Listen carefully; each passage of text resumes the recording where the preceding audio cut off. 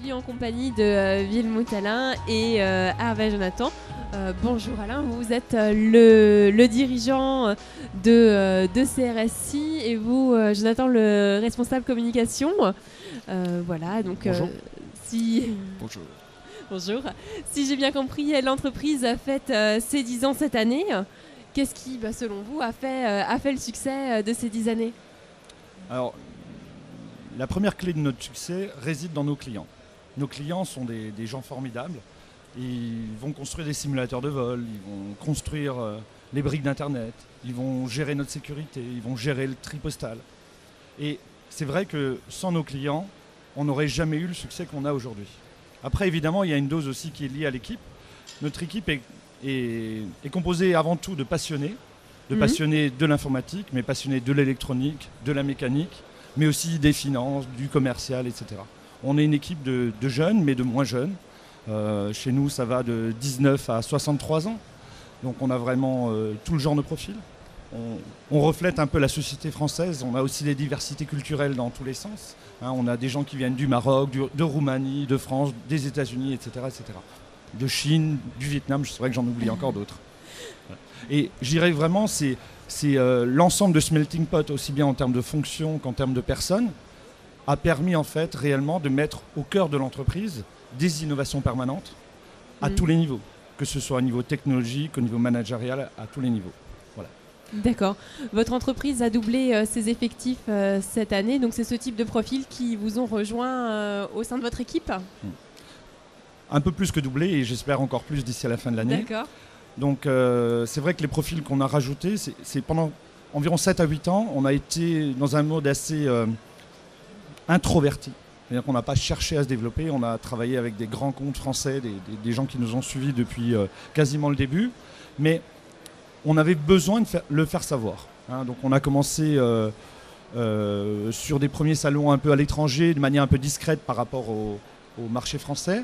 Et aujourd'hui, on a rajouté des compétences, entre autres, comme Jonathan, de gens de la communication, mais aussi des gens au niveau commercial, des gens au niveau marketing pur, au niveau channel, etc. etc. Donc là, on a eu, par exemple, on vient de recruter dans notre division aux États-Unis, parce qu'on a monté une filiale aux États-Unis, on vient d'embaucher l'ancien directeur des ventes d'un très grand groupe international, Adaptec pour ne pas le citer. En France, on a pris l'ancien responsable de Channel de Cisco. Donc c'est vrai qu'on a essayé de se structurer en termes d'équipe, avoir des gens d'un certain niveau. Notre directeur commercial, c'est quelqu'un qui a 30 ans d'expérience dans le métier de l'informatique. Donc c'est vraiment ce genre de compétences qu'on essaie de rajouter aujourd'hui à l'équipe. D'accord. Donc de CRSI, vous concevez et vous fabriquez donc des serveurs informatiques et des systèmes industriels innovants. Et vous êtes l'un des rares constructeurs informatiques au niveau européen. Comment vous expliquez cela ? Alors, moi j'aime à dire qu'on n'est pas que constructeur informatique. Beaucoup vont dire que je suis peut-être un peu prétentieux de dire qu'on est déjà constructeur informatique. Mais on a présenté aujourd'hui des machines qui sont... Je vais paraphraser en fait. L'année dernière à Leipzig, on a présenté au supercomputing européen, on a présenté une machine qui était la plus performante en termes de densité et de consommation électrique. D'accord. C'est ce qu'on appelle le 2U SiFi chez nous en interne. Et le L'Exafi. Comment ? L'Exafi. L'Exafi, pardon, c'est vrai le nom commercial.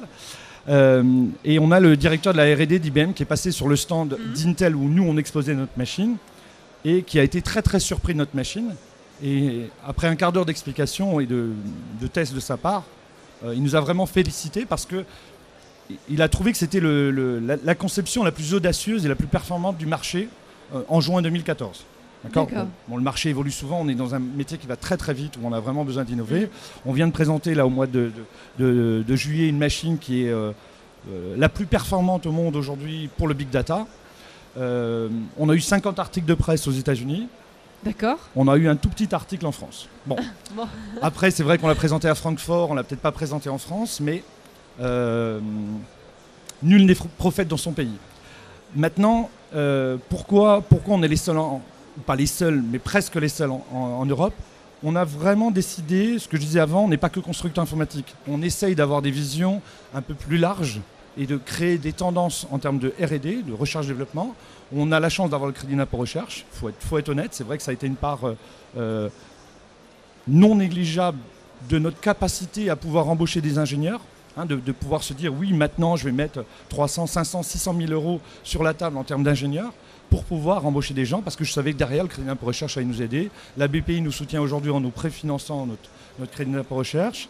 Et de pouvoir se dire que peut-être demain on va soigner le cancer, ou peut-être que demain on va résoudre le problème de l'énergie dans le monde, c'est des challenges qui font plaisir à tout le monde. Et ça dépasse le cadre du constructeur informatique, ça va beaucoup plus loin que ça. Voilà. Mais évidemment, on en est au tout début. D'accord.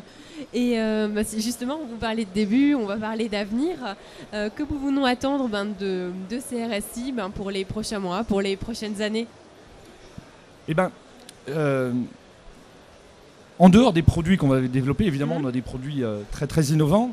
On va s'adresser évidemment au marché traditionnel, notre marché traditionnel, qui est le monde de l'Internet, qui est le monde de la simulation militaire, qui est le monde du calcul, qui est le monde du broadcast. Mais on va aussi essayer d'ouvrir nos technos au plus grand nombre. On vient de lancer un produit qui s'adresse aux 700 millions de PC dans le monde, qui permettra à n'importe qui a un vieil ordinateur qui a 5 ans de devenir plus performant que tous les derniers ordinateurs d'HP ou Dell, par exemple. Et je pense que cette voie-là, elle est intéressante. Mais d'un autre côté, en ce moment, on rencontre à peu près toutes les autorités locales, parce qu'il y a un projet qui me tient à cœur, qui est essayer de se battre, non pas avec les sous de l'État, ou etc., mais en essayant d'inventer un nouveau modèle économique qui va permettre réellement de soigner le cancer. On travaille beaucoup avec un partenaire qui s'appelle Intel, que tout le monde connaît, c'est le premier fabricant mondial de CPU. Et ils ont vécu en interne un drame, une personne très importante chez Intel qui a eu un cancer, etc. Et en ayant mis des moyens de calcul, ils ont permis de soigner cette personne qui aujourd'hui est totalement guérie, qui était condamnée, il n'y avait aucune chance de rémission, et cette personne a été soignée. Et c'est ce modèle économique qu'on va essayer de développer, pas n'importe où, à Strasbourg, en face de notre entreprise, c'est-à-dire en face de Haute-Pierre, de l'hôpital de Haute-Pierre. On va pouvoir amener des dizaines de milliers de gens qui n'attendent que ça. Maintenant, si je en parle ici aussi, c'est parce qu'il y a un seul truc qui nous bloque, c'est les politiques, c'est la loi, puisque la loi nous empêche de le faire. D'accord. Donc c'est un petit peu dommage. Il faut savoir juste, je finirai là-dessus, mais Intel aujourd'hui dépense plus d'argent que l'ensemble de la recherche publique française dans le cancer. Nous, ce qu'on demande aujourd'hui, c'est 0 argent public. On demande juste d'avoir le droit d'essayer d'élaborer votre projet. De notre voie. Évidemment, ce n'est pas la voie magique, mais c'est une voie qui est complémentaire à d'autres. Et c'est vrai que si on arrive à réunir l'ensemble des compétences qu'on veut sur Strasbourg, c'est une vraie chance pour la capitale de l'Europe. Ça pourra devenir aussi une capitale du calcul en Europe, comme d'autres l'ont été dans le passé.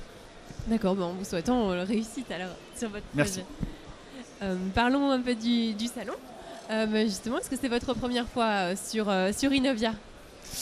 Ça fait déjà 3 ans que de CRSI est présent sur le salon Innovia. C'est toujours un plaisir de venir ici. C'est un écosystème incroyable. On est fiers chaque année de participer à ce salon parce qu'en tant que constructeur informatique, on a tout à fait notre place ici. Comme je le dis, c'est toujours un plaisir de rencontrer de nouvelles personnes. On a beaucoup de retours positifs sur nos différentes machines. On rencontre des gens qu'on n'aurait pas forcément l'occasion de voir, même si on se trouve dans la même ville. Au moins, c'est toujours un rendez-vous annuel où on peut vraiment rencontrer des personnes qu'on ne pourrait pas côtoyer habituellement. Très bien. Et vous êtes... Allez-y. Je voulais juste rajouter, c'est aussi un très bon endroit pour recruter. On a déjà eu de nombreux CV, on a déjà conclu deux contrats là depuis hier. Et on va encore en embaucher d'autres d'ici là. D'accord, bon. Innovia également un lieu de rencontre pour recruter des nouveaux employés. Très bien. Et je crois que vous êtes labellisé Innovia. Oui. Justement, qu'est-ce que ce label vous apporte ? Une rayonnance sur la ville, sur la région. C'est un label qui nous permet d'avoir plus de visibilité dans la région de l'Alsace. Donc on a été déjà labellisé l'an dernier pour notre serveur Exafi. De plus, on a été primé pour ce serveur sur le Alsace Innovation. D'accord. Donc voilà, c'est un label en plus pour notre entreprise. On est fiers encore une fois d'avoir ce label. Et peut-être un petit bilan à plus de mi-parcours du salon. Voilà, qu'est-ce que vous en ressentez? Quelles sont vos impressions? J'étais très surpris cet après-midi en venant du parking qui était plein. J'avoue que ça m'a fait plaisir. D'accord. C'est très surprenant parce que je pense qu'aujourd'hui, il y a eu plus de monde que dans les 2 dernières éditions réunies. Je ne connais pas les chiffres, mais je pense que c'est quand même intéressant. C'est-à-dire, on a aussi vu, on a peut-être été les premiers à ramener... Nous, on a un stand qu'on balade dans le monde entier, dans tous les salons qu'on peut faire. Et la première année où on est venu, on s'est trouvé un petit peu... on s'est dit, est-ce qu'on est vraiment à notre place? Parce que notre stand, il y a un truc qui tourne, ça va être 4 mètres de haut et ça faisait grand. Et cette année, je me rends compte que les stands ont grandi, sont devenus un peu plus professionnels. C'est en train de devenir un vrai salon. Je dis pas que ça ne l'était pas, mais c'est en train vraiment de prendre de l'assurance, de monter en puissance. Voilà, exactement. Et comme le public suit, je pense que ça peut être bien pour l'année prochaine. Hein. Je pense qu'on va suivre l'année prochaine encore une fois. Bien sûr, bien sûr. Un petit mot de la fin pour les visiteurs du salon, les personnes qui verront la vidéo. Écoutez, si c'est toujours pas le cas, vous pouvez venir nous rendre visite au stand numéro 100. Vous trouverez toutes nos compétences, notre expertise dans le domaine du serveur informatique. Et moi, j'aurais un mot plus général, innover, innover, innover. Très bien, je vous remercie Alain, je vous remercie Jonathan, et puis je vous souhaite encore un bon 10e anniversaire. Et puis on se retrouve tout à l'heure avec une autre interview.